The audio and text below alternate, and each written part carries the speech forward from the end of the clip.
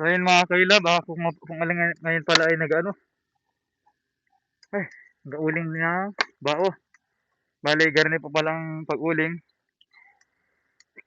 ng bao sa ano, different ba? Pag-uling ng bao sa lupa at pag-uling ng bao sa drum, ganyan po.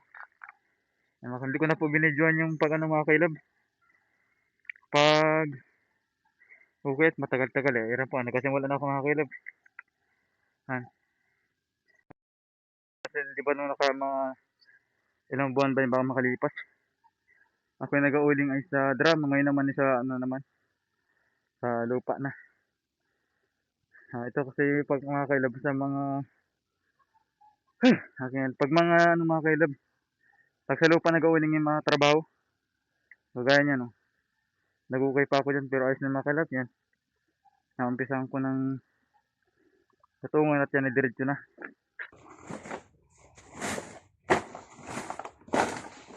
Yun mga kailab, bali ang oras po natin yun ay 7, tama ba? Okay. 7 yun mga kailab.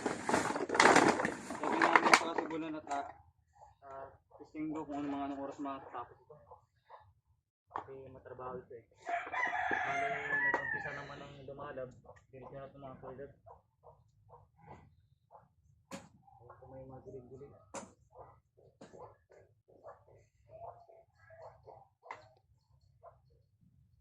Mga kailab, yan po yun na yung uling oh. Nag-umpisa na. Ayan ang mahal pa naman po ng uling ngayon mga kailab. 700 ang isang sako. Oh.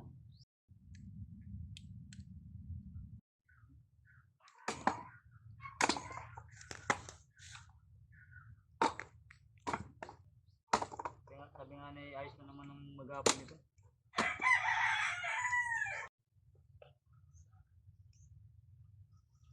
Labo, nagdala dumigi.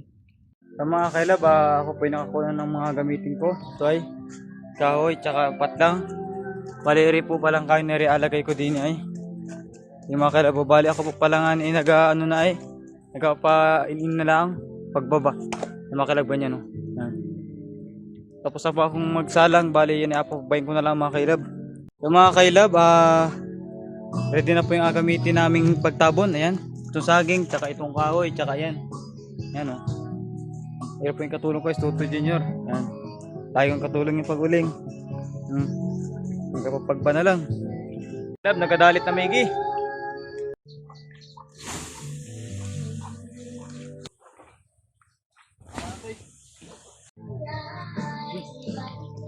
Paganda rin.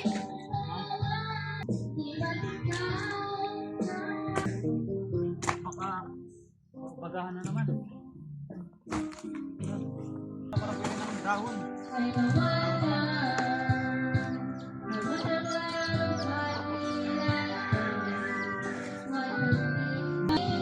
Okay na, matabunan ko na.